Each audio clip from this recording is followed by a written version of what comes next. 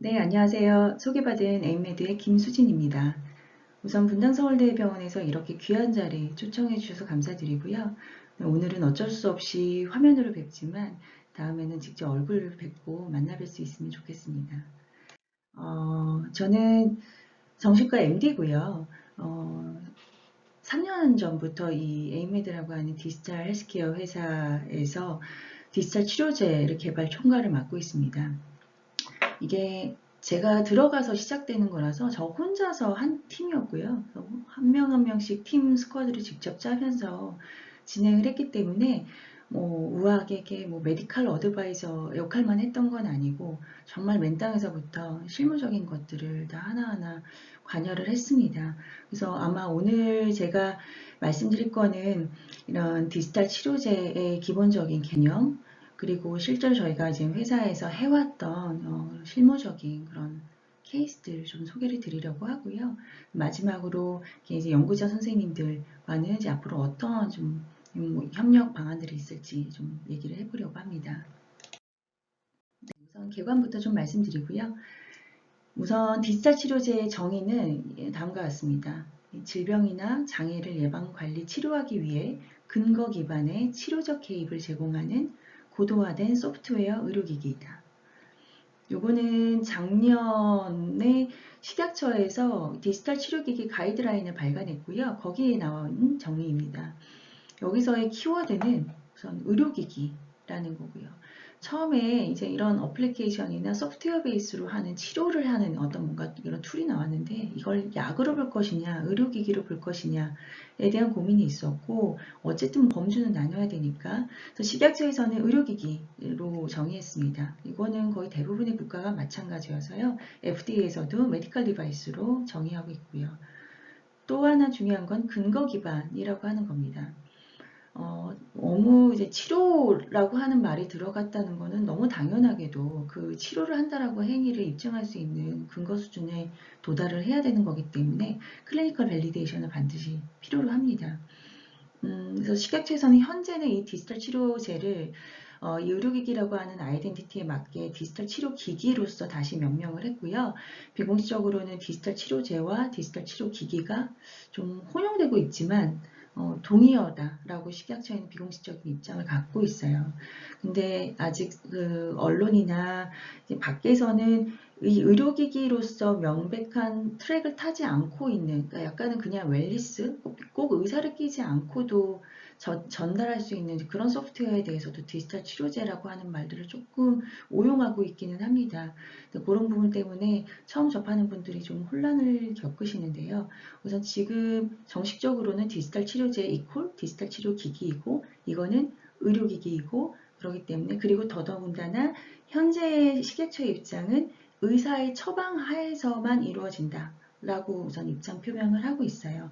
물론 나중에는 이게 의사가 처방하지 않아도 약으로 따지면 일반 의약품처럼 직접 환자에게 전달될 수 있는 것들까지도 이제 넓힐 수 있겠지만 현재까지의 입지는 디지털 치료기기로 허가를 받는다는 것은 다 의사가 처방을 해야 되는 일종의 PDT라고 합니다. 그래서 Prescription Digital Therapeutics에 해당하는 것만을 그렇게 정의를 하고 있습니다. 그래서 우리가 이전에 역사적으로 스몰 몰레큘에서 이 약이라고 하는 거에 퀀텀 점프했던 그런 웨이브들을 보면 최근에 이제 셀 테라피에 이어서 이제 차세대로서 디지털 테라피틱스가 각광을 받겠다라고 해서 아마 이제 지금쯤이면 특히나 이제 분당 서울대병원과 같이 굉장히 혁신의 선도적인 그런 병원에서는 이미 접해 보셨을 거고요. 이제 어떤 건지 좀 인지가 있으실 거라고 생각을 합니다. 국내에서 특히나 더 좀 붐이 있는 것 같아요. 그래서 어떻게 보면 뒤에도 말씀드리겠지만 실제 이게 수익화하고 산업이 형성되는 것이 과연 우리가 늘 이제 헬스케어, 메디칼 이런 쪽에서는 해외보다는 좀 뒤처지는 시장으로 그동안 자주 섞인 목소리들이 많았는데 어떻게 보면 디지털 치료제는 못지않게 해외 못지않게 지금 앞서 나가고 있는 것 같습니다. 식약처도 굉장히 전향적이고요. 그래서 심지어는 지금 이번 주에 임상 디지털 치료기기의 그 인허가, 평가기술 개발 가이드라인 또 하나 발간이 됐거든요. 그럼 임상시험을 어떻게 해라라고 하는 가이드라인이고, 그거는 지금 미국에도 없는 겁니다. 그래서 그만큼 시각적 굉장히 적극적으로 밀어주고 있다는 거. 그리고 사실 가장 더 키를 쥐고 있는 거는 심평원인데요. 심평원도 아직까지는 되게 빨리 워킹 그룹을 결성을 해서 지금 이거에 대한 스터디나 방안 마련에 대한 움직임들을 보이고 있습니다. 그러면 우리가 가장 익숙하신 약과 비교를 하면 디지털 치료제라는 게 어떤 베네핏을 가지고 있고 어떤 단점을 가지고 있는가들을 좀 이렇게 이해를 해보면요. 가장 큰 장점 중에 하나는 개발 시간과 비용이 절감된다는 거예요. 그래서 아시다시피 이 약이라고 하는 거는 하나의 후보 컴파운드에서 진짜 런칭이 되기까지 뭐 한 10년 넘게 걸리면서 거의 뭐 1조 조 단위의 그런 개발 비용이 들어가는 거에 비해서 소프트웨어에서는 이제 그런 것들이 굉장히 세이브가 될 수 있다. 두 번째는 세이프티 이슈입니다. 워낙 이 디지털 치료제라고 하는 게 다 소프트웨어라고 하는 거는 그러니까 침습하지 않잖아요. 그렇기 때문에 기본적으로 약이나 아니면 침습적인 의료기기에 비해서는 세이프티 이슈로부터 좀 자유롭다는 게 있고요. 다음 세 번째로 가장 큰 차이 중에 하나는 RWE가 수집될 수 있다라고 하는 겁니다. 저는 이게 사실은 그 어떤 것보다도 폭발적인 가능성을 앞으로 보여줄 수 있을 거라고 기대를 합니다. 이 리얼월드 데이터, 리얼월드 에비던스가 수집된다는 거는 예를 들면 우리가 약이라고 하는 거는 의사가 처방을 해서 처방전을 환자가 받아간 다음에는 내가 한 달치 고혈압약을 줬는데 이거를 매일매일 정말 먹었는지 그리고 그때그때마다 매일매일 혈압이 어떻게 됐는지에 대해서 깜깜 알 수가 없어요. 이 디지털 치료제라고 하는 건 처방을 하고 나면 이 안에 다 로그들이 남기 때문에 실제로 얼마나 자주 실제 프로토콜대로 잘 수행을 했는가 그리고 대부분의 디지털 치료제는 필수 불가결하게 그 안에 평가 도구들도 다 가지고 있습니다. 예를 들면 저희도 불면증을 치료하는 소프트웨어를 만들었는데요. 그러면 이게 치료를 위한 거지만 치료라고 하는 게 선생님도 아시지만 그냥 딱 일회성으로 끝나는 게 아니라 처음에 초진으로 왔을 때 진단하고 그 다음에 치료 계획을 세우고 처음 이제 치료를 한 다음에 다음번에 이제 계속 팔로우업을 하면서 그 환자의 프로그레션을 보면서 치료 계획들을 계속 수정해 나가시잖아요. 내가 어떤 당뇨약을 처방을 했는데 그걸 보고선 다음 재진 때 왔을 때 혈당을 보고 그 혈당에서 당 조절 잘 안 되네 다른 약으로 바꾸거나 용량을 좀 늘리거나 뭐 이런 디시전 메이킹들을 계속 해나가는 그 일련의 과정이 모두 치료입니다. 근데 그게 다 이제 이 어플리케이션에 담으려고 하면 결국에는 이 프로그레션 트래킹이 필수적으로 필요합니다. 그래서 우리가 매일매일 이 사람이 어떻게 잤는지를 수집하는 그런 것들이 기본적으로 내장이 되어 있습니다. 그래서 그런 데이터들을 가지고 아마 뒤에도 말씀드리겠지만 약이나 기존의 하드웨어 의료기기가 해왔던 그런 검증하는 여러 가지 방법론들이 완전히 이런 소프트웨어 베이스에서는 좀 달라질 수 있지 않을까라고도 생각할 수 있을 것 같습니다. 그러면 이 디지털 치료제가 우리 중요한 우리 이해관계자들, 환자, 그리고 의사에게 어떤 가치를 줄 수 있는가라고 하는 것들을 좀 살펴보면요. 우선 환자 입장에서는 대부분의 이 디지털 치료제는 침습하지 못한다고 아까 말씀드렸잖아요. 그렇기 때문에 대부분의 작용 기전이 행동 중재들입니다. 그래서 이거는 주로 좀 정신질환에서도 많이 쓰이고 만성질환에서도 우리 라이프 스타일 모디피케이션이라고 하는 그래서 뭐 식단 관리라든가 뭐 운동에 대한 거나 그런 생활 습관들을 관리해야 된다는 거나 뭐 이제 이런 것들에서 쓰이는 것들인데요. 대부분의 이런 것들이 필요한 병에서는 우리가 치료 가이드라인을 보면 이제 이런 비약물적인 그런 비헤이비어 인터벤션이 되게 뭐 높은 근거 수준으로 레코멘드가 되어 있지만 실제 우리 임상 현장에서는 잘 쓰지 못하고 있습니다. 왜냐하면 그게 병원에서 돈이 잘 안 되거든요. 내가 그냥 3분 진료해서 솔직히 계속 그냥 약 처방을 해서 환자를 많이 턴오버를 높여가지고 많이 보는 게 더 좋은 거지. 한 환자를 앉혀놓고 50분 동안 계속 왜 운동을 해야 되는지, 왜 식단 관리를 해야 되는지 이런 것들을 체크하는 게 우리가 이제 수가로 반영이 안 되기 때문에 현실적으로 사실 되게 소외받고 있는 겁니다. 그럼 이게 환자 입장에서도 사실 이게 굉장히 중요한 부분인데 임상 현장에서 제대로 구현이 되지 않고 있다라고 하는 거. 근데 그 이유는 우리가 수가 대비해서 인건비 같은 비용이 너무 높기 때문이거든요. 이런 디지털 치료제는 그런 우리가 들어가야 되는 그런 인력, 휴먼 리소스의 그 비용들을 많이 절감시켜 줄 수 있다는 겁니다. 페이션트 에듀케이션 같은 것도 전문의가 뭐 30분 들여서 해야 되는 시간 대신에 이 어플리케이션이 대신 자동화해서 해줄 수 있는 그런 역할들을 해주기 때문에 환자 입장에서도 표준화된 근거 기반의 그런 행동 중재 치료를 적절하게 지금보다 더 받을 수 있다라고 하는 게 가장 큰 장점이 될 수 있을 것 같고요. 그 다음에 계속 RWD가 쌓이기 때문에 이 환자에 대해서 더 잘 우리가 이해할 수 있게 됩니다. 이 사람이 굉장히 개인화되어 있는 그런 것들에서 그런 퍼스널라이즈 되어 있는 것들에 대해서 치료 결정을 세우게끔 하는 것도 좀 도움이 되고요. 이 의사 입장에서는 그럼 어떤 것들이냐라고 하는, 그러니까 의사 입장에서도 사실 행동 중재 치료가 더 좋다는 걸 너무 알겠어요. 하지만 내가 잘 못하고 있었지만 이제 이런 것들도 통해서 뭐 저렴하게 내가 수가 때문에도 너무 부딪히지 않고 지금 제공할 수 있는 이제 그런 하나의 치료적인 옵션이 생길 수 있다라고 하는 거가 있겠고요. 그다음에 환자를 아까 그런 치료 과정에서 의사 결정을 할 때 우리가 대부분 이제 정신질환은 그렇습니다. 진료실에서 피 뽑는 거나 엑스레이 찍는 게 없거든요. 대부분은 문진을 통해서 환자로부터 리포트를 듣고 그걸 가지고서 의사가 클리니컬 임프레션에 의해서 진단을 하고 결정을 하게 됩니다. 굉장히 사실 정량화되어 있는 데이터가 없어요. 그 과정에서. 그렇기 때문에 이런 것들에서 계속 우리가 정량화된 데이터들을 트래킹을 할 수 있다면 그게 의사 선생님들의 계속되는 치료의 의사결정에도 좀 도움이 될 수 있다라고 보고 있습니다. 그러면 지금 대표적인 좀 케이스들이 어떤 것들이 있는가 보시면 해외에서 우선 미국에서는요. 현재 좀 이게 11개고요. 최근에 IBS가 하나가 더 나왔습니다. 그래서 제가 알기로 한 12개 정도가 FDA에서 디지털 테라피틱스로 승인을 받은 케이스들입니다. 적응증 보시면요. 알코올 중독, 알코올보다 약물 중독이고요. 당뇨, 그다음에 조현병, PTSD, 오피오이드 중독, 암, 당뇨, 불면, ADHD, 수면장애, IBS, 뇌졸중 보행장애 등등입니다.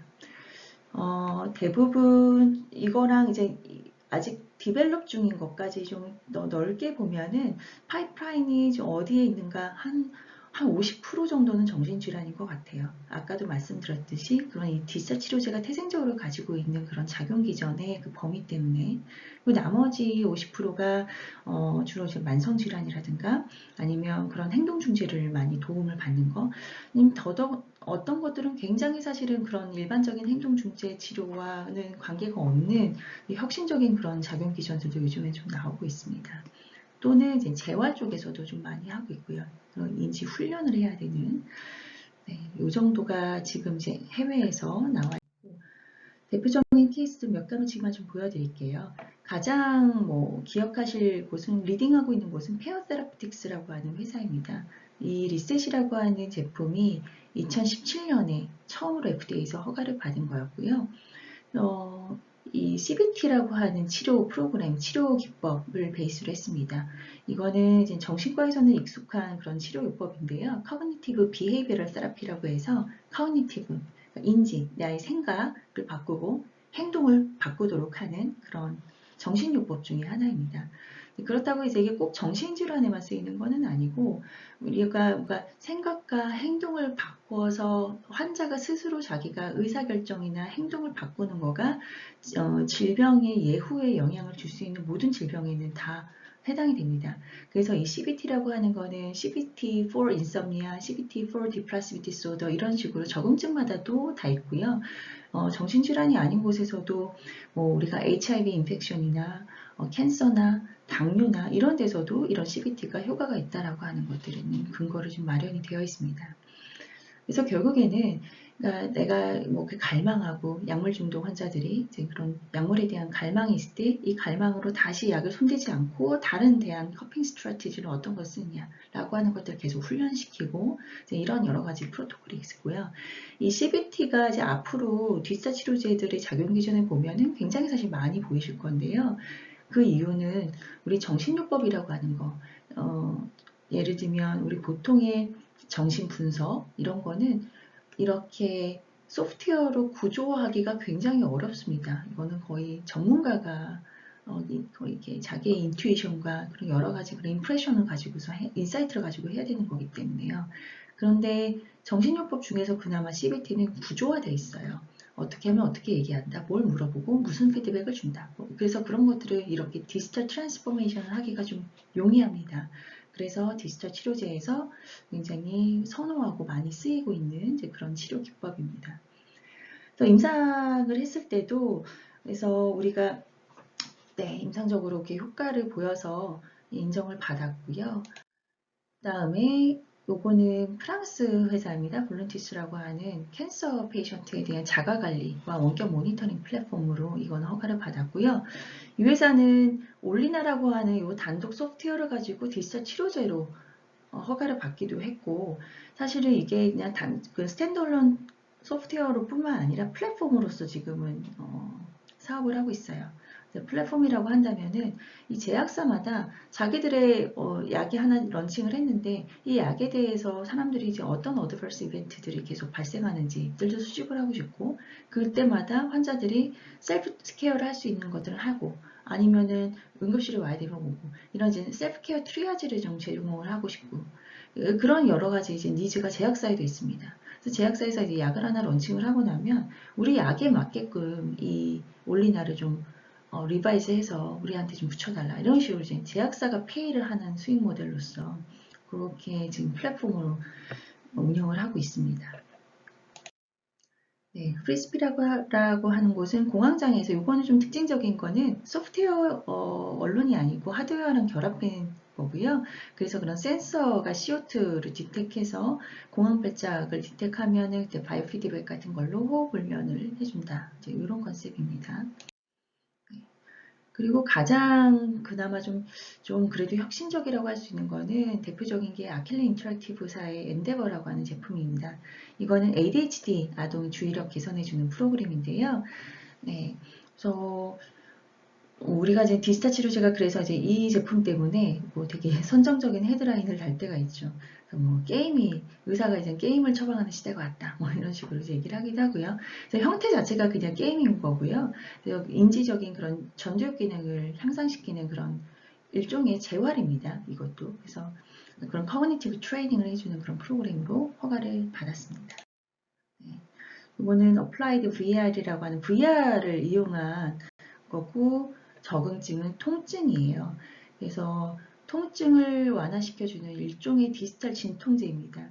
그래서 이거의 지금 작용 기전은 우선은 어텐션 디버전 시키는 거, 관심을 이제 딴 데로 돌리게끔 하는 이제 그런 릴렉싱한 그런 여러 가지 자극들을, 시각 자극을 보여주는 건데요. 그거에만 그치지는 않고 거기에다 아까 얘기 드렸던 CBT 요소들을 좀 섞어서 통증에서 내가 어떻게 이 통증을 근치적으로 해결하는 건 아니더라도 어떻게 내가 이걸 잘 가지고 살아갈지에 대해서 매니지할 수 있는 스킬들을 좀 트레이닝 시키는 역할을 하고 있습니다. 네, 해외까지 보셨고요. 국내에서는 인허가를 받은 제품은 아직 없습니다. 그리고 현재 확증 임상까지 들어간 제품이 4개가 있고요. 탐색 임상이 1군데가 있습니다. 네, 그 중에 이제 저희 회사에서 지금 만들고 불면증을 대상으로 하고 있는 숨즈라고 하는 제품이 지금 확증 임상 같이 하고 있고요. 아마 저희 제품 기준으로 말씀드리면 내년에는 임상이 끝나고요. 품목 허가도 빠르면 내년 말에는 받을 수 있을 것 같습니다. 그래서 넉넉 잡아도 허가 받고 나서 신의료기술 등재되고 그러고 나면 내후년에는 아마 임상에서 실제로 환자들에게 선생님들이 처방을 하실 수 있는, 그래서 국내 시장에도 이제 디지털 치료제가 실제 시판이 되는 거는 지금 한 1년여 남은 것 같습니다. 네. 그래서 저희가 만들고 있는 이 제품에 대해서 조금 소개를 드리면서, 제품 소개라기보다는 실제 이제 회사가 이런 것들을 디벨롭하는 과정들이 어떤가를 좀 보여드리고 싶고요. 그 참고십사에서 저희 회사를 간단하게 소개를 드리면 저희는 이제 디지털 치료제만 만드는 회사는 아니에요. 굉장히 좀 오래된 중소기업이고요. 기본적으로는 뭐 보험사, 저희가 가지고 있는 지금 페이어 마켓들은 보험사, 기업, 네, 뭐 제약사들이 지불하는 모양의 여러 가지 헬스케어 서비스들을 하고 있습니다. 그래서 저희 안에도 데이터들을 수집을 하고 있고 이 데이터 분석 역량을 가지고 있고요. 네, 그래서 모바일 헬스케어로서 이제 어플리케이션을 만들거나 그런 것들. 특히 저희는 이제 널스 콜센터가 있어서 그런 휴먼 리소스, 사람이 해야 되는 서비스와 디지털이 해야 되는 서비스들을 같이 융합해서 할 수 있는 굉장히 다방면에 걸친 그런 서비스나 사업 역량을 가지고 있습니다.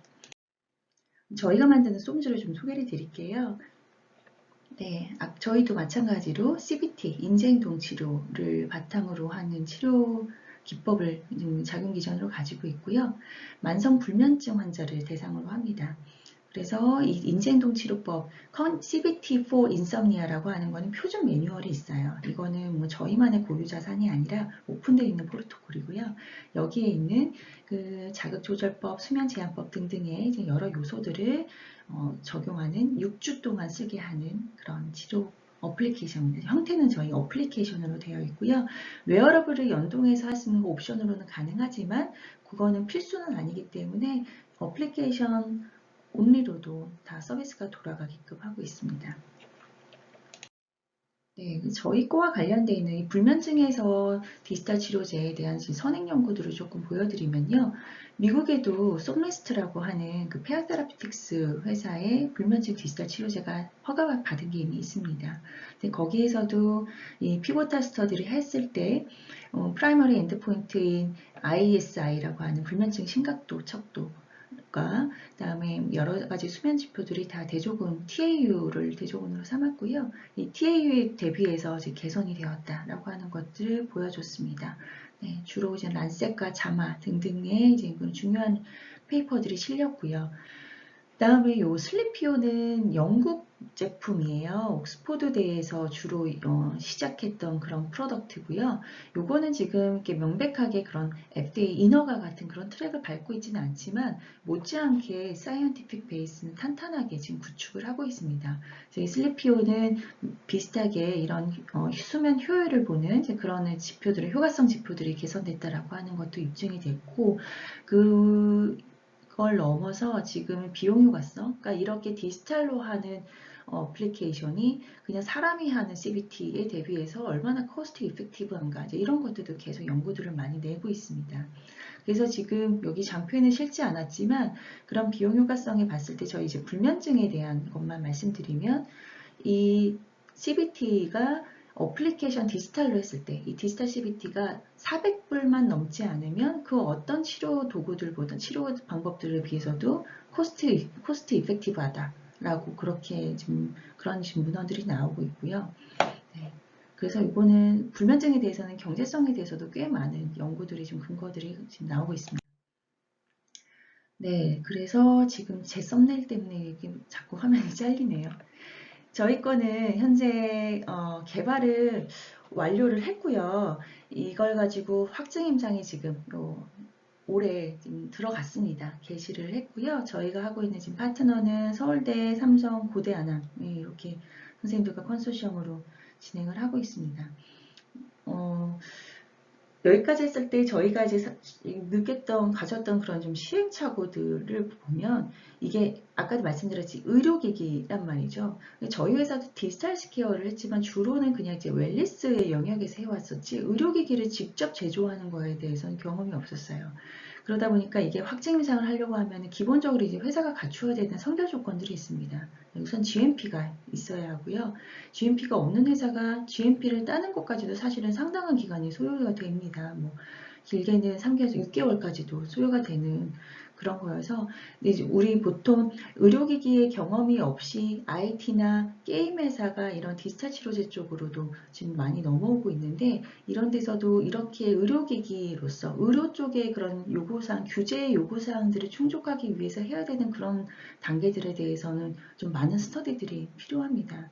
그리고 전 식약처에다가 우리 우선 컨셉만 나와 있을 때, 이 제품이 아직 만들어지기도 전에 컨셉을 가지고 우선 사전 질의를 반드시 해야 되고요. 우리 이렇게 만들려고 하는데 이게 의료기기에 해당이 되겠는가를 질의해서 해당이 될 것 같다 라고 이제 답변을 좀 받아놓는 것이 필요합니다.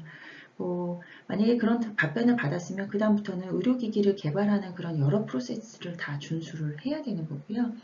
그 준수라고 하는 게 이를테면 심지어 이런 것들이에요.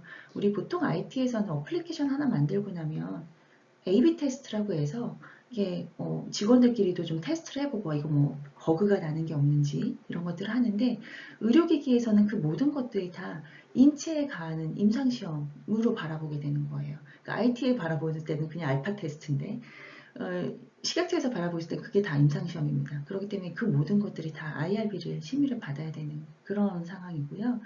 그래서 의료기기를 가지고 하려고 하는 모든 그런 테스트들은 다 IRB를 받고 IRB뿐만 아니라 식약처의 사전 임상시험 계획 승인을 받아야 합니다. 그런 것들이 허들이 많이 있고요. 그 다음에 개발을 하는 데 있어서도 우리가 단순히 그냥 코딩을 해서 앱을 만드는 것이 아니라 그 일단은 굉장히 많은 이제 그 다큐멘테이션들이 필요하거든요.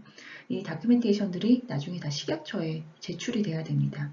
그렇기 때문에 이거는 개발 초기서부터 이거를 할 줄 아는 사람이 있어야 되고 식약처에게 어떤 걸 요구하는지 하다못해 회원가입을 어떻게 해야 되고 로그인 과정을 어떻게 해야 되는지도 이거를 미리 검토하지 않고 만들어 놨다가 나중에 날려고 하는데 식약처에서 반려가 되는 경우들이 있을 수 있어요.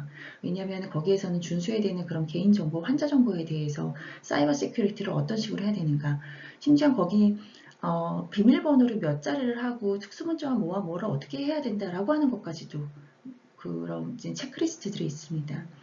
그래서 이게 내가 의료기기로 가겠다 아니면 이건 웰니스로 가겠다라고 하는 거에 대한 의사결정은 제품을 개발이 들어가기 전에 이미 돼야 되고요. 그거에 따라서 개발에 대한 전략들이 완전히 달라질 수 있기 때문에 그래서 대부분의 해외도 그렇고 국내에서도 내가 원래는 디지털 치료기기라고 하는 거를 굳이 생각하지 않고 만들었던 어떤 프로덕트가 있는데 이 디지털 치료제 이거에도 이렇게 좀 이렇게 끼워 맞출 수 있겠는데? 라고 해서 중간에 피보팅 하는 경우들이 상당히 있으세요.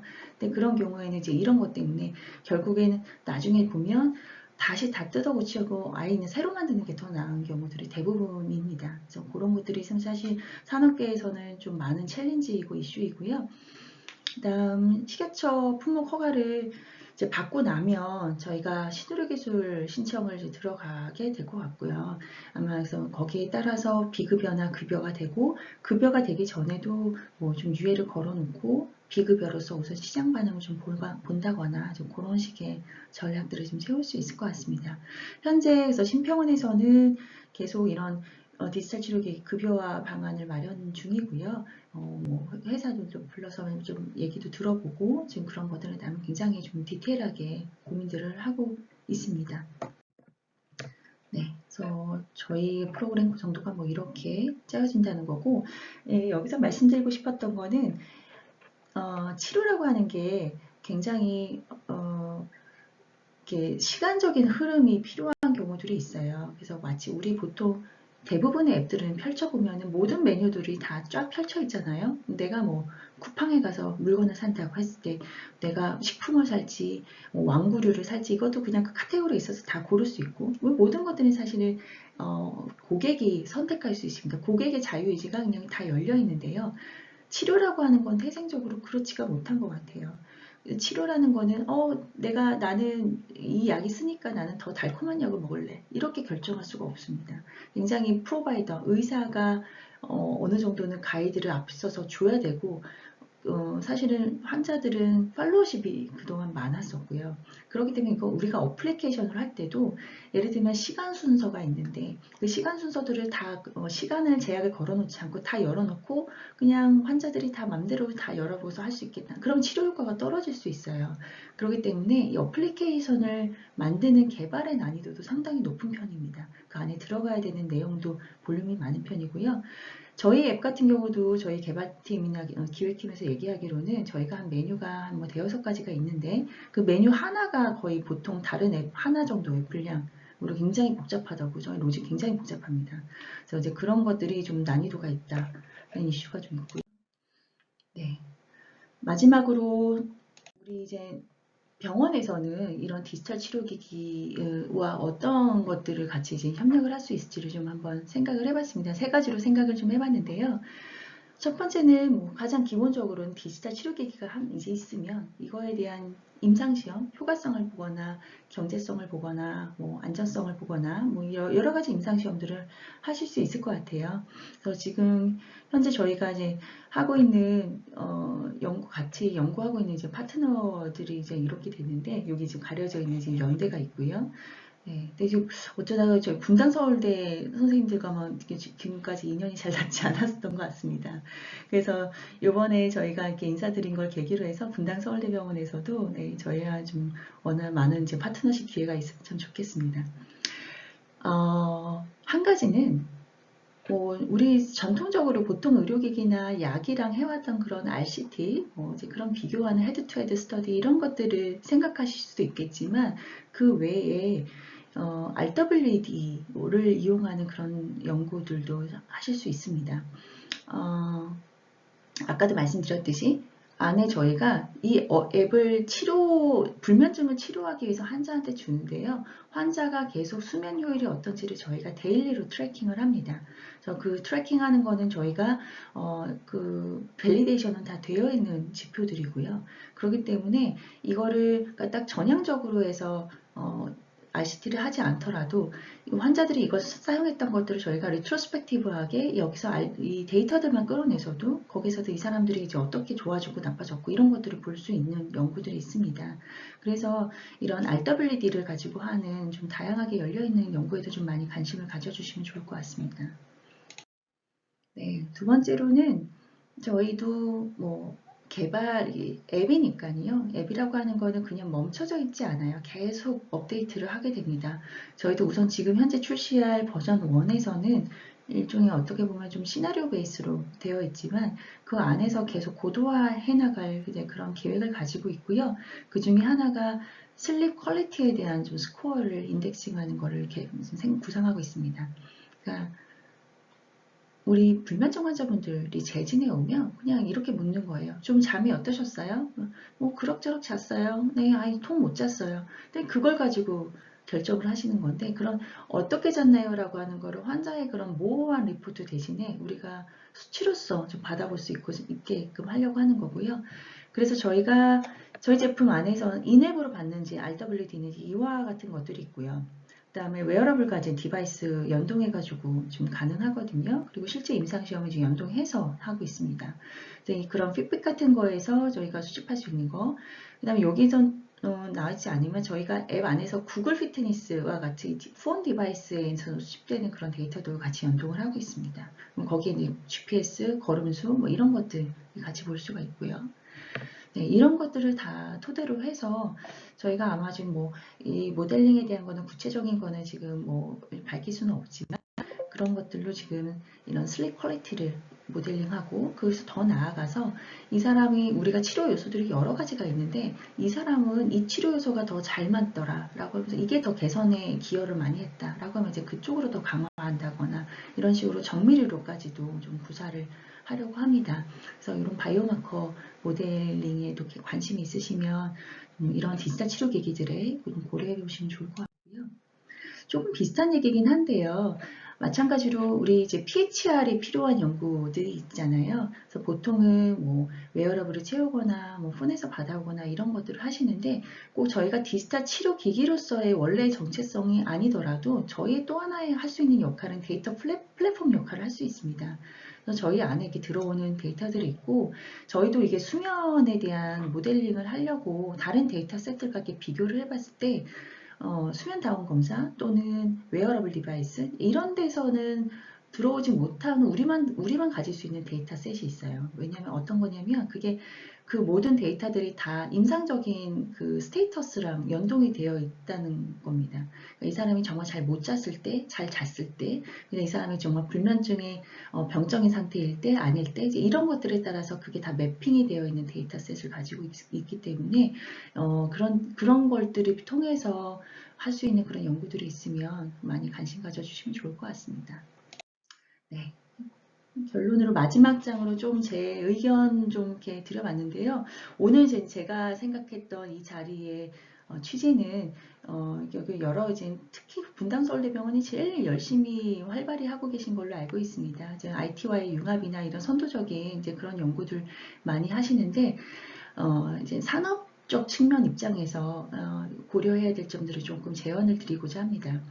그래서 이게 이제 기초 연구가 아니라 정말로 TRL 7, 8단계 이렇게 우리 정말 환자들이 쓸 수 있게끔 뭔가 나올 텐저블한 그런 연구에 있어서는 이게 의료와 IT가 어떻게 융합을 잘 해내는가라고 하는 게 되게 중요한 이슈일 것 같고요. 저희도 만나보면은 이게 그러니까 화성인과 금성인처럼 이제 의료 백그라운드와 이 IT 백그라운드에서 굉장히 이제 언어들이 다르고 저도 이제 이 회사에서 거의 1, 2년 동안 제일 열심히 했던 거가 그 IT의 DNA를 잇는 거였던 것 같아요. 그래서 어떤 선생님들이 아마 경험하셨겠지만 우리 회사랑 이제 커뮤니케이션을 하실 때 내가 이제 의학적인 아이디어나 이런 것들의 메시지를 전달했는데 막상 만들어 온 거 보면 전혀 나의 의도와 다르게 되어 있다거나 이런 것들이 사실은 이게 그 기획서 한 줄 한 줄, 코딩 한 줄 한 줄마다 이 화면의 메뉴를 어떻게 위치했는가에 따라서 사실 그 치료적인 메시지들이나 그 작용 기전 같은 것들이 되게 희석될 수 있거든요. 그래서 근데 사실은 안에서 브리칭 역할을 해주는 사람이 굉장히 중요합니다. 그래서 저도 제가 이제 그런 역할을 하고 있다라고 생각을 하고요. 그러면은 그 라인 바이 라인으로 다 저희도 실제로 기획서를 이렇게 검토를 할 때 보면 이거 순서가 바뀌지 않으면은 이거 치료 효과 여기서 이만큼이나 깎여. 그러면 이제 IT 쪽에서는 그러면 이거 환자가 뭐 너무 불편한데요? 라고 하는 편의성, 사용성에 대한 측면들에 대한 얘기를 하고요. 그래서 결국에는 이 효과성과 사용성 두 개가 때때로는 꽤나 이제 양립하는 관계입니다. 트레이드오프 관계거든요. 그래서 이제 그걸 얼마나 잘 밸런싱 해낸다가 되게 중요한 이슈인 것 같고요. 그 다음에 이게 연구에 그치지 않고 실제 임상에서 지속 가능하게 실제 환자들에게 유의미한 가치를 구현하려면 어떤 게 좀 필요한가 생각을 해봤을 때 연구자 선생님들이 이 산업계에서의 비즈니스 모델, 산업계의 좀 생태계를 이해해 주시는 게 좀 필요할 것 같아요. 선생님들은 이제 연구자로서 뿐이 아니라 사실 프로바이더로서잖아요. 그러니까 저희가 산업계에서 보면 환자는 고객입니다. 그죠? 그리고 여기 보면은 의사 선생님들은 구매자거나 제공자 역할을 하시는 거고요.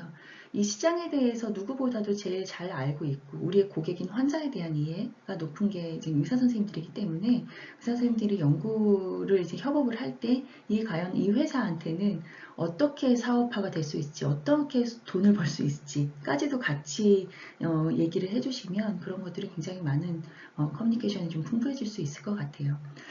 그러다 보면 결국에 우리가 디지털 치료기기로 지금 국한돼서 말씀을 드리는 거지만 이 제품 하나를 만들 때 이제 저 같은 사람은 굉장히 이제 여러 축에서 계속 저울리를 왔다 갔다 합니다.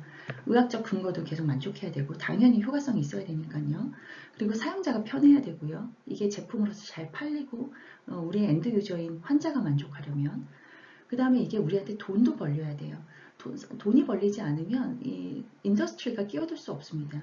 그러면은 이제 이거는 그냥 연구로 끝나버리는 이제 그렇게 되기 때문에 결국에 이게 누군가한테는 영리 기업이 들어오려면 여기서 수익성이 보존이 돼야 된다는 거.